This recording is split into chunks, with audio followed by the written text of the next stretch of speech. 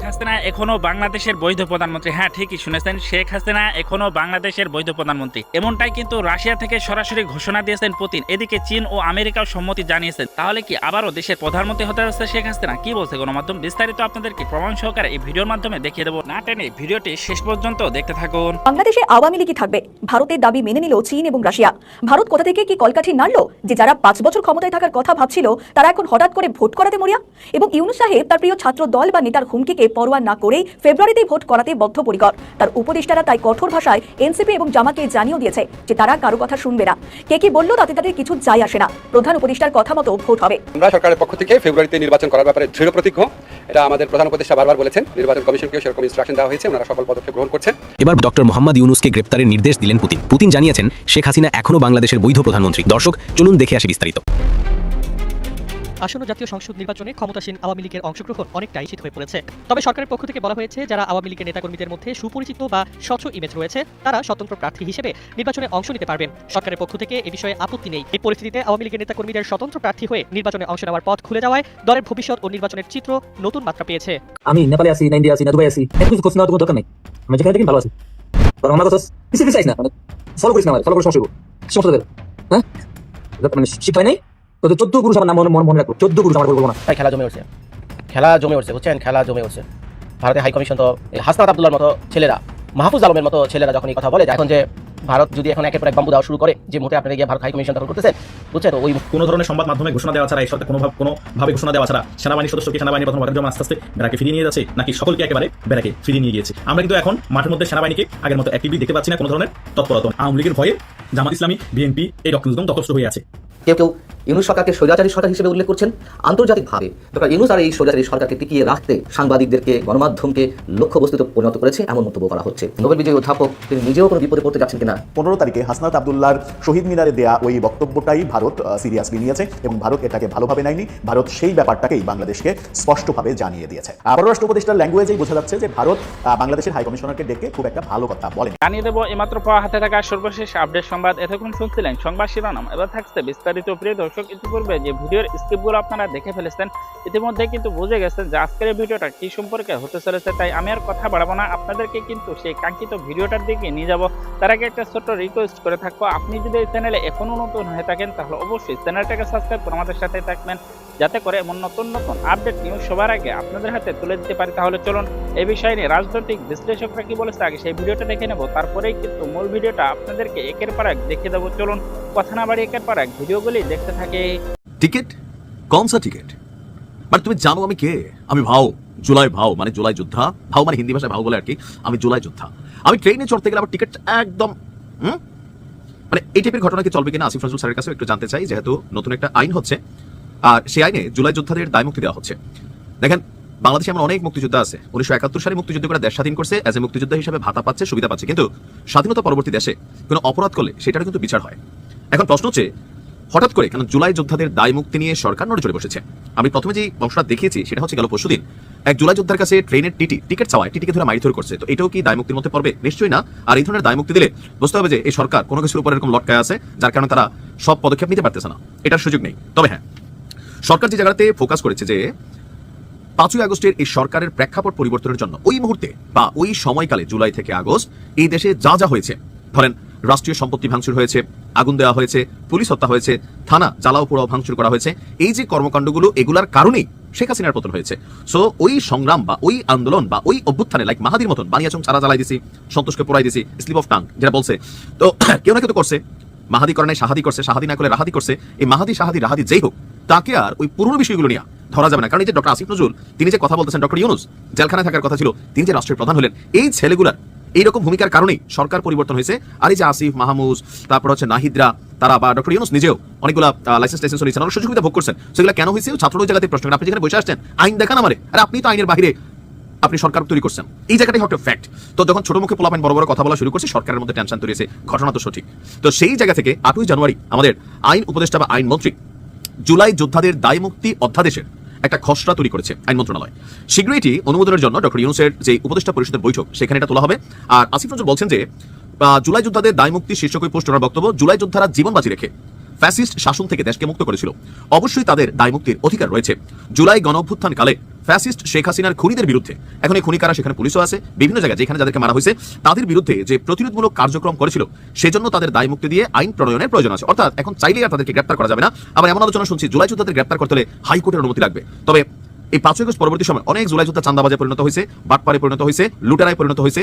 তো এদের হাতে নাতে ধরার পরেও কি হাইকোর্টের অনুমতি ছাড়া এদেরকে গ্রেপ্তার করা যাবে না? এই বিষয়গুলো এখানে স্পষ্ট করা উচিত, নিশ্চয়ই স্পষ্ট হবে। তিনি লিখছেন এই ধরনের আইন প্রণয়ন সম্পূর্ণ বৈধ, যে তারা যে অন্যায় করছে এটা অন্যায় আওয়ামী লীগ সরকারের জন্য, বাট দেশের সাথে একটা বিপ্লব হয়েছে। সো বিপ্লবকালীন সময় যাই হয়েছে সবকিছুই বৈধ, আর যার কারণে এই দায়মুক্তির আইনটা বৈধ। আরব বসন্ত বা সমসাময়িক কালে বিপ্লব জনধিকৃত, আরব বসন্ত বোঝেন তো সেই মুর্শি সরকার সহ বিভিন্ন জায়গায়, তো সেই আরব বসন্ত বা ইদানিং কালে যতগুলো বিপ্লব হয়েছে এই সরকারগুলোর যে পতন হয়েছে বিভিন্ন দেশে, এই ধরনের দায়মুক্তির আইন রয়েছে।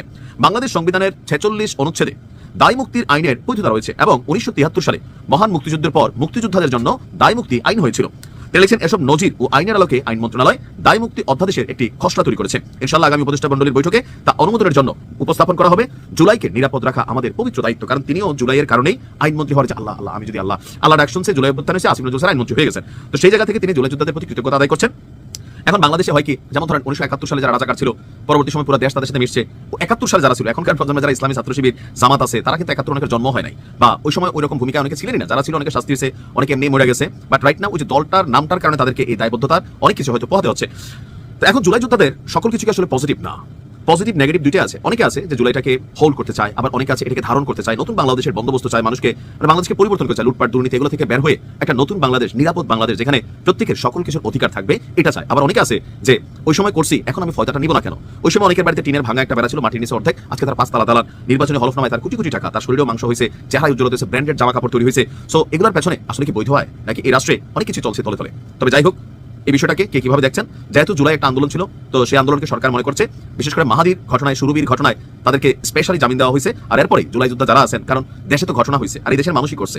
সো তাদের বক্তব্য এটা আমরা স্বৈরাচার বিদায় করতে করছি, ফ্যাসিস্ট শেখ হাসিনাকে বিদায় করতে করছি। সো আপনারা অবশ্যই আমাদেরকে দায়মুক্তি দিবেন, কারণ এই সরকারটা আমাদের। মাহাদির কথা ভুলে গেছেন যে আপনারা যে চেয়ারে বসে আছেন, এই সরকারটা আমার, আপনি আমার পক্ষে কাজ করবেন। আপনি কিসের আমাকে পুরান ঘটনা দেখাচ্ছেন? তখনই কিন্তু সে জোশের বসে বা সত্য মিথ্যা সে ভালো জানে, সে কিন্তু ডায়লগটা দিছিল। আর তাকে গ্রেপ্তারের পর সারা বাংলাদেশে জুলাই যোদ্ধাদের মধ্যে ভয়ে কাজ করছে। ইভেন অনেকেই এটা মনে করছে যে বিএনপি ক্ষমতায় আসলে জুলাই যোদ্ধাদের ব্যাপারে শক্ত অবস্থান নেওয়া হবে। এটা কেন মনে হচ্ছে? এটার কারণ হচ্ছে এনসিপি। আর ওই যে এনসিপির এখন কয়েকজন নেতা আছে বা জামাতের সাথে জোট আছে, তারা প্রতিনিয়ত বিএনপিকে নিয়ে মানে রাজনীতি তারা দল করবে, ভবিষ্যতে তারা ক্ষমতায় যাওয়ার জন্য প্রতিনিয়ত বিএনপিকে তারা অ্যাটাক করতো। মানে আওয়ামী লীগ তো নাই, শেখ হাসিনার কথা বলে এখন কেউ শোনে, এখন শুনে তারিক জিয়ার কথা বললে, বিএনপিকে নিয়ে কথা বললে, তবে বেগম খালেদা জিয়াকে দলমত নির্বিশেষে সবাই শ্রদ্ধা সম্মানের জায়গায় রাখলেও দল হিসাবে বিএনপির বিভিন্ন সমালোচনা তারা বিভিন্ন সময় করেছে। আর বিএনপিও তাদের জায়গা থেকে মাঝে মাঝে রিয়েকশন দিচ্ছে। আর এই যে পাল্টাপাল্টি অবস্থানের কারণে অনেকে মনে করছে যে বিএনপি ক্ষমতায় গেলে অনেক কিছু বিচার হতে পারে, বিশেষ করে পুলিশ হত্যা, থানা জ্বালাও পড়া। কারণ পুলিশ হত্যা একটা কমিউনিটি, তাদের মধ্যে এই বিষয়গুলো নিয়ে অবশ্যই একটা হেডেক আছে বা মনে মনে গোসা আছে, ক্ষোভ আছে, তারাও চায় তাদের সতীর্থদের বিচার। তো এখন এই যে সন্তোষ শর্মার মারছে, সন্তোষ শর্মা সম্পর্কে এই মেহেদীদের বক্তব্য কি, যে সে অনেকগুলো মানুষকে হত্যা করছে জুলাই আগস্ট মানে আন্দোলনকে দমানোর জন্য, সো সে ফ্যাসিস্টের সহযোগী ছিল, এরকম কিন্তু তাদের বিরুদ্ধে ট্যাগ দেওয়া হচ্ছে। তো সবকিছু মিলিয়ে এখন যে আইনটা হচ্ছে, এটা কতদিন বলবৎ থাকবে বা ভবিষ্যৎ সরকারগুলো এটাকে কতটুকু সম্মানের সহিত দেখবে, সেটা হচ্ছে কথা। নতুন করে আলোচনা শুরু হয়েছে ইন্ডেমনিটি নিয়ে। জুলাই যোদ্ধাদেরকে ইন্ডেমনিটি দিতে হবে, তাদেরকে দায় মুক্তি দিতে হবে। আসিফ নজরুল বলছেন জুলাই যোদ্ধাদের দায় মুক্তি দিতে হবে এবং সে লক্ষ্যে অধ্যাদেশের খসড়া প্রস্তুত হচ্ছে। কিন্তু কথা হলো, এই আসিফ নজরুল বা ডক্টর ইউনূসদের অন্তর্বর্তীকালীন সরকারের আর মেয়াদ আছে সম্ভাব্য 1 মাসের মতো, যদি 12 ফেব্রুয়ারিতে নির্বাচনটা ঠিকঠাক মতো হয়।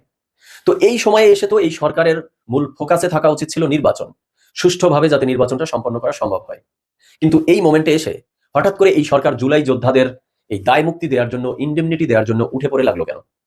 দর্শক শ্রোতা, আজকে এই বিষয় নিয়ে কথা বলবো। শুরুতে চলুন আমরা তথ্যচিত্রের মাধ্যমে দুটো ঘটনা দেখে আসি।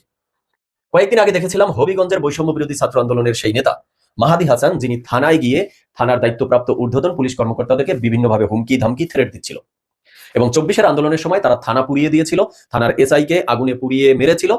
সেই ইনডিরেক্টলি হুমকি দিচ্ছে যে সেই ঘটনা তারা চাইলে আবার ঘটাতে পারে, সেই পাওয়ার তাদের আছে। এরপরে ডিবি তাকে গ্রেপ্তার করলো, গ্রেপ্তার করে আদালতে সোপর্দ করলো, কিন্তু আদালত থেকে তাকে মুক্তি দিয়ে দেয়া হয়েছে। তো আদালত থেকে তাকে মুক্তি কেন দেয়া হলো, সেই ক্ষেত্রে আদালতে হস্তক্ষেপ কে করেছে সেটাও আমরা দেখেছি। যে স্বরাষ্ট্র উপদেষ্টা নিজেই বলেছিল আজকের মধ্যেই মাহাদিকে ছেড়ে দেয়া হবে। তার মানে রীতিমতো এই ইউনূসের সরকার আদালতে নগ্ন হস্তক্ষেপ চালিয়েছে, যার একদম জ্বলন্ত প্রমাণ। এবার আরেকটা ঘটনা একটু দেখি, সেটা হলো গাজীপুরের আরেকজন জুলাই যোদ্ধা, যার নাম হলো সুরভি। তার বিরুদ্ধে চাঁদাবাজির মামলা হলো, পুলিশ গ্রেপ্তার করলো, আদালতে সোপর্দ করলো। কিন্তু আদালতে সকালে রিমান্ড মঞ্জুর করলো, বিকালে তার জামিন হলো, সন্ধ্যাবেলা তাকে মুক্তি দিয়ে দেওয়া হলো। এখানে আদালতের উপরে নগ্ন হস্তক্ষেপ কে করলো? চলুন আমরা একটু দেখি যে এই আসিফ নজরুল বলেছিল সুরভির বিষয়ে খোঁজ নিয়েছি, দ্রুত প্রতিকার পাবে। ওই ছিল সেই দ্রুত প্রতিকার। আর এই চিত্র ছিল ডক্টর ইউনূসের সরকারের আমলে বিচার ব্যবস্থা, যে বিচার ব্যবস্থা নাকি তারা স্বাধীন করে ফেলেছিল। স্বাধীন বিচার ব্যবস্থার নমুনা হলো এই, যে একজন চাঁদাবাজি, একজন সন্ত্রাসীকে পুলিশ গ্রেপ্তার করে আদালতে উঠালে সরকারের পক্ষ থেকে নগ্ন হস্তক্ষেপ করা হচ্ছে বিচার ব্যবস্থার উপরে। এরপরে এদেরকে কেন্দ্র করেই নতুন করে আলোচনার জন্ম দিয়েছে যে জুলাই যোদ্ধারা যেহেতু একের পর এক মামলার মুখোমুখি হচ্ছে, তাই তাদেরকে একটা দায় মুক্তি দিয়ে দিতে হবে। দর্শক শ্রোতা, এবার মূল আলোচনায় আসি, ডিরেক্ট হিট দ্য পয়েন্টে। হিট দ্য পয়েন্ট নাম্বার 1, এই যে ইন্ডেমনিটি বা অধ্যাদেশের কথা বলা হচ্ছে, এটা কি কোনো ব্যক্তির ব্যক্তিগত অপরাধ থেকে তাকে দায় মুক্তি দেওয়ার জন্য, তাকে রেহাই দেওয়ার জন্য ইন্ডেমনিটি দেওয়া যায়? এটা কি মগের মূল্য নাকি? আমরা এই যে দুটো ঘটনা দেখলাম, জুলাই যোদ্ধা বলা হচ্ছে তাদেরকে, তো তাদের ব্যক্তিগত অপরাধ থেকে তাদেরকে রেহাই দেওয়ার জন্য এই ডক্টর ইউনূসের সরকার যেভাবে নগ্ন হস্তক্ষেপ করলো বিচার ব্যবস্থার উপরে, তো এই ধরনের ব্যক্তিগত অপরাধ থেকে জুলাই যোদ্ধাদেরকে নিষ্পাপ ঘোষণা করার জন্য, নিরপরাধ ঘোষণা করার জন্য এখন এই সরকার উঠে পড়ে লেগেছে যে একটা ইন্ডেমনিটি দিতে হবে জুলাই যোদ্ধাদেরকে। আর নতুন করে ইন্ডেমনিটি কেন দিতে হবে? কারণ আমরা তো দেখেছিলাম ডক্টর ইউনূসের সরকার যখন এই অন্তর্বর্তীকালীন সরকারের দায়িত্ব নিয়েছিল তখনই একটা ইন্ডেমনিটি ঘোষণা করেছিল। তখন বলা হয়েছিল 2024 সালের 1 জুলাই থেকে 8 অগস্ট পর্যন্ত গণ অভ্যুত্থানের সব কর্মকাণ্ডের জন্য ও জুলাই যোদ্ধাদেরকে সুরক্ষা দিতে হবে, তাদের বিরুদ্ধে কোনো মামলা মোকদ্দমা করা যাবে না, তাদেরকে কোনো বিচারের মুখোমুখি করা যাবে না। বেশ ভালো, আপনারা একটা ইন্ডেমনিটি দিয়েছেন, সেটার বৈধতা কতটুকু আছে কি নেই, সেটা কতদিন টিকবে, তার ভ্যালিডিটি কতদিন, সেটা ডিফারেন্ট, পরে আলোচনা করব। কিন্তু কথা হলো তখন তো একটা তারিখ দিয়ে দিয়েছিলেন 8 অগস্ট পর্যন্ত 2024 সালের। তো এখন যে ঘটনাগুলো দেখতেছি এটা তো সেই তারিখের পরের, তাহলে এই ঘটনাকেও কি এই একটা ইন্ডেমনিটি দিয়ে তার মধ্যে চালিয়ে দিতে চাচ্ছেন আপনারা? তাহলে 24-এর সেই জুলাই আন্দোলন থেকে শুরু করে 2026-এর ফেব্রুয়ারি মাসের নির্বাচন, এই যে একটা লং টাইম, 1.5 বছর বা তার চেয়ে বেশি সময়, এই পুরো সময়ে জুলাই যোদ্ধাদের নামে যারা আছে তারা যা যা করে বেড়াচ্ছে, যত লুটপাট করেছে, যত চাঁদাবাজি করেছে, যত ছিনতাই করেছে, সব কিছুর বৈধতা দিয়ে দিবেন? এতই সহজ? মানে ক্ষমতায় আছেন বলে যেমন চায় তাই করবেন? বিশ্বের ইতিহাসে এমন কোনো নজির আছে যে কোনো ব্যক্তিকে তার ব্যক্তিগত অপরাধ থেকে দায় মুক্তি দেওয়ার জন্য এভাবে অধ্যাদেশ জারি করা যায়? এবার আসি হিট দ্য পয়েন্ট নাম্বার 2, জুলাই যোদ্ধাদেরকে দায় মুক্তি দেওয়ার জন্য আলাদা করে অধ্যাদেশ জারি করতে হবে কেন? কিছুদিন আগে না জুলাই সনদে স্বাক্ষর হলো? সেই জুলাই সনদ বাস্তবায়নের লক্ষ্যেই তো গণভোটের আয়োজন। নির্বাচনের দিন একই সাথে গণভোট হতে যাচ্ছে। এই গণভোটে যদি হ্যাঁ জয়যুক্ত হয়, তাহলে পরবর্তী নির্বাচিত সরকারকে ওই জুলাই সনদে যেই যেই প্রস্তাবগুলি আছে সেগুলোকে ইমপ্লিমেন্ট করতে হবে, তাই তো? তাহলে ওই জুলাই সনদের 5 নম্বর আর্টিকেলে কি আছে? 5 নম্বর আর্টিকেলে আছে জুলাই যোদ্ধাদের সুরক্ষা নিশ্চিত করতে হবে, এই ইন্ডেমনিটি বা দায় মুক্তি যা যা দেওয়া দরকার সেটি দিতে হবে। তাহলে এই বিষয়টা তো জনগণের ভোটের উপরে নির্ভর করে, জনগণের ভোটে যদি হ্যাঁ জয়যুক্ত হয়, জনগণ যদি বিষয়টা চায়, তাহলে জুলাই সনদ বাস্তবায়নের মধ্য দিয়েই তো ইন্ডেমনিটি পাস হয়ে আসার কথা। হঠাৎ করে ডক্টর ইউনূসের সরকার জুলাই সনদের ভিতর থেকে একটা বিষয়কে আলাদা করে পাশ করিয়ে দিতে চাচ্ছে কেন? তাহলে এই সরকার কি চাচ্ছে? আর ওই জুলাই সনদের দরকারটাই বাকি। তাহলে ওই জুলাই সনদ বাস্তবায়নের জন্য গণভোটের আয়োজন করারই বা দরকার কি? কারণ ডক্টর ইউনূসের সরকার তো ওই জুলাই সনদ থেকে একটা বিষয়ে আলাদা করে নিয়ে যাচ্ছে, আলাদা করে পাশ করানোর মানে চেষ্টায় এখন উঠে পড়ে লেগেছে। তাহলে শেষ পর্যন্ত এসে কি এটা বলতে হবে যে ডক্টর ইউনূসের সরকার টের পেয়ে গেছে যে গণভোটে হ্যাঁ জয়যুক্ত হবে না, জুলাই সনদ কার্যকর হবে না, তাই জুলাই যোদ্ধাদেরকে একটা দায় মুক্তি দেওয়ার জন্য আগে থেকেই তারা ওই জুলাই সনদের শর্ত ভঙ্গ করে ফেলতেছে? এবার আসি last hit the point number 3, এই যে ইন্ডেমনিটি বা দায় মুক্তি দেওয়ার জন্য ডক্টর ইউনূসের সরকার উঠে পড়ে লেগেছে, এটি লংজিবিলিটি কতদিন টিকবে এই দায় মুক্তি? বাংলাদেশের ইতিহাস কি বলে? বাংলাদেশের ইতিহাসে এর পূর্বেও অনেকবার এই ইন্ডেমনিটি বা দায় মুক্তির অধ্যাদেশ দেওয়া হয়েছিল। 1971 সালের যুদ্ধের পর মুক্তিযোদ্ধাদের কৃতকর্ম যা যা ঘটেছে যুদ্ধকালীন সময়ে, সেখান থেকে তাদেরকে একটা দায় মুক্তি দেওয়া হয়েছিল। পরবর্তীতে 1975 সালে বঙ্গবন্ধু শেখ মুজিবুর রহমানের যে হত্যাকাণ্ড, এরপরে খন্দকার মোস্তাক এসে ইন্ডেমনিটি দিয়েছিল সেই বঙ্গবন্ধুর খুনিদের। জিয়াউর রহমান এসে সেটি আইনেও পরিণত করেছিল। বাট যখনই শেখ হাসিনা সরকার ক্ষমতায় আসতে পেরেছে, সেই ইন্ডেমনিটি বা অধ্যাদেশকে উচ্চ আদালতে তুললে উচ্চ আদালত অবৈধ ঘোষণা করেছিল এবং শেখ হাসিনা সরকার সেই মুজিবের খুনিদের যাদেরকে যেথায় যেই রাষ্ট্রে পেয়েছে নিয়ে এসে কিন্তু বিচারের কাঠগড়ায় ঠিকই দাঁড় করিয়েছিল।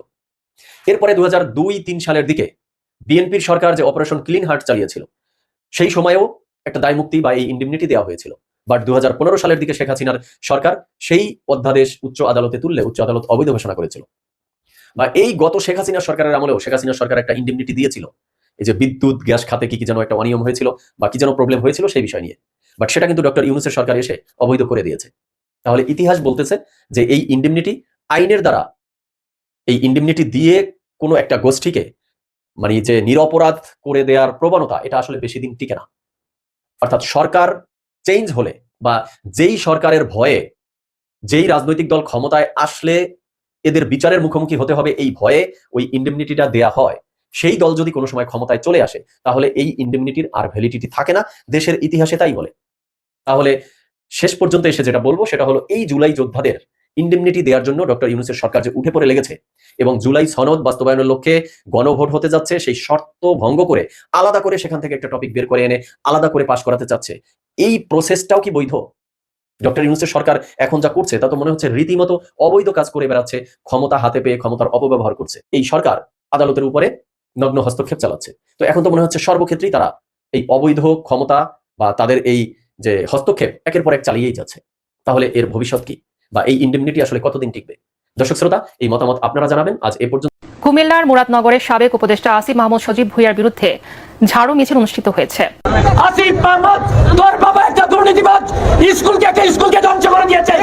তুই দুর্নীতিবাজের সন্তান, দুর্নীতিবাজের সন্তান হিসাবে তোর মুখ থেকে ভালো কিছু মুরাদনগরের মানুষ আশা করে না।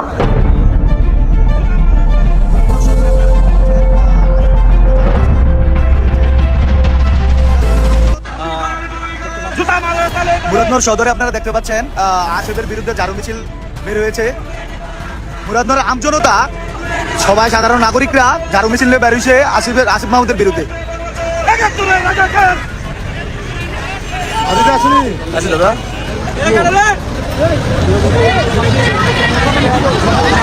দর্শক বন্ধুরা, আপনারা দেখতেই পাচ্ছেন এই মুহূর্তে মুরাদনগরে উপদেষ্টা আসিফ ভূঁইয়ার বিরুদ্ধে জুতা ও ঝাড়ু মিছিল নিয়ে মুরাদনগরের বাসী কিন্তু কুমিল্লাতে বর্তমান রাজপথে কিন্তু তারা নেমে আসছে শুধুমাত্র এই স্লোগান দিয়ে যে জামাত শিবির রাজাকার, এনসিপি রাজাকার, এই মুহূর্তে বাংলা ছাড়, এই স্লোগান নিয়ে কিন্তু তারা রাজপথে কিন্তু নেমে আসছে। শুধু এখানে নয়, আসিফ ভূঁইয়া এবং তার বাবা যে পরিমাণ চাঁদাবাজি, লুটপাট থেকে শুরু করে যে নৃশংসতা মুরাদনগরের গোটা বাংলাদেশে তারা চালিয়ে রেখেছে, এই দমন পীড়নকে কেন্দ্র করেই কিন্তু এদেরকে ধামাচাপা দেওয়ার জন্য মুরাদনগরের যেই বাসিন্দা রয়েছে, মহিলা থেকে শুরু করে যুবক থেকে শুরু করে বৃদ্ধ থেকে শুরু করে সকলেই কিন্তু বর্তমান এই শীতের ভিতরে রাজপথে কিন্তু নেমে আসছে শুধুমাত্র এদের বাপ বেটাকে দমন করার জন্য। শুধু এখানে নয়, বাপ বেটা যে পরিমাণ লুটপাট এবং চাঁদাবাজির সাথে জড়িত সমস্ত কিছুর বিরুদ্ধে দাঁড়ানোর জন্য রাজপথে নেমে এসেছে মুরাদনগরের বাসিন্দারা।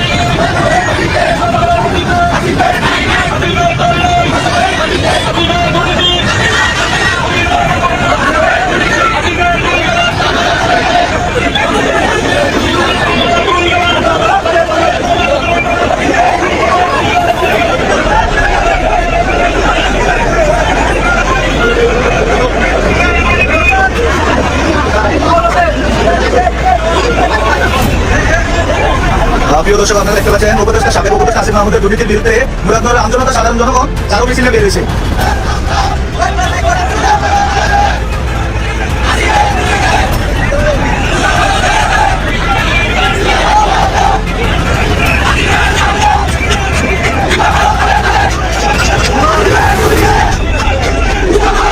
আপনারা দেখতে পাচ্ছেন মুরাদনগর সাধারণ জনগণ স্লোগান দিচ্ছে আসিফের দুই গালে জুতা মারো বললেই।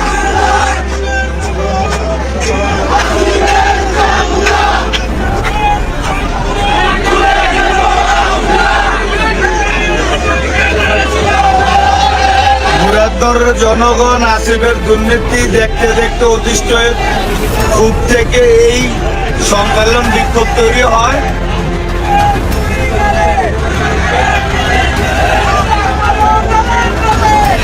দর্শক বন্ধুরা, শুধু এখানেই নয়, মুরাদনগরের যে আপনার প্রাইমারি একটা স্কুল রয়েছিল, সেই স্কুলের যে একজন শিক্ষক ছিলেন শিখা রানী দাস, তার সাথে যে নৃশংসতা চালিয়েছে আসিফ মাহমুদের বাবা, এটার বিরুদ্ধেও কিন্তু বর্তমান কুমিল্লার মুরাদনগরের বাসিন্দারা সবাই একত্র হয়ে কিন্তু রাজপথে নেমেছে। শুধু এখানে নয়, তার যে নমিনেশন সেটিকেও বাতিল করার জন্য তারা রাজপথে নেমেছে। উল্টো দিকে এনসিপি থেকে তাকে যেন বহিষ্কার করা হয়, বিএনপি যেই নমিনেশন দেওয়ার কথা ছিল সেটিও যাতে বহিষ্কার করা হয়, ইভেন এদের বাপ বেটার যে দুর্নীতি থেকে শুরু করে ইত্যাদি ইত্যাদি আরো যত অরাজকতা রয়েছে সমস্ত কিছু যাতে আইনের আওতায় আনা হয়, এটাকে কেন্দ্র করে নয় শুধু আপনার বাংলাদেশে ইভেন মুরাদনগরের যেই আপনারা নদী অঞ্চল আপনার এলাকাগুলো আছে সেই দিকে যে তারা কি পরিমাণ বালু উত্তোলন করেছে সেটাকে কেন্দ্র করেও কিন্তু তারা রাজপথে নেমে এসেছে। তারা বলতেছে যে বাংলাদেশে ইভেন মুরাদনগরে তারা যে পরিমাণ চাঁদাবাজি এবং নদী থেকে যে পরিমাণ বালু তারা রাতের অন্ধকারে তারা তুলে নিয়ে যাচ্ছে সেটার বিরুদ্ধেও কিন্তু এরা দাঁড়িয়েছে। শুধু এখানে নয়, বাংলাদেশে তারা যে পরিমাণ চাঁদাবাজি থেকে লুটপাট থেকে শুরু করে যত অরাজকতা সৃষ্টি করেছে সমস্ত কিছুর কিন্তু আপনার ধামাচাপা চাপা দেওয়ার জন্য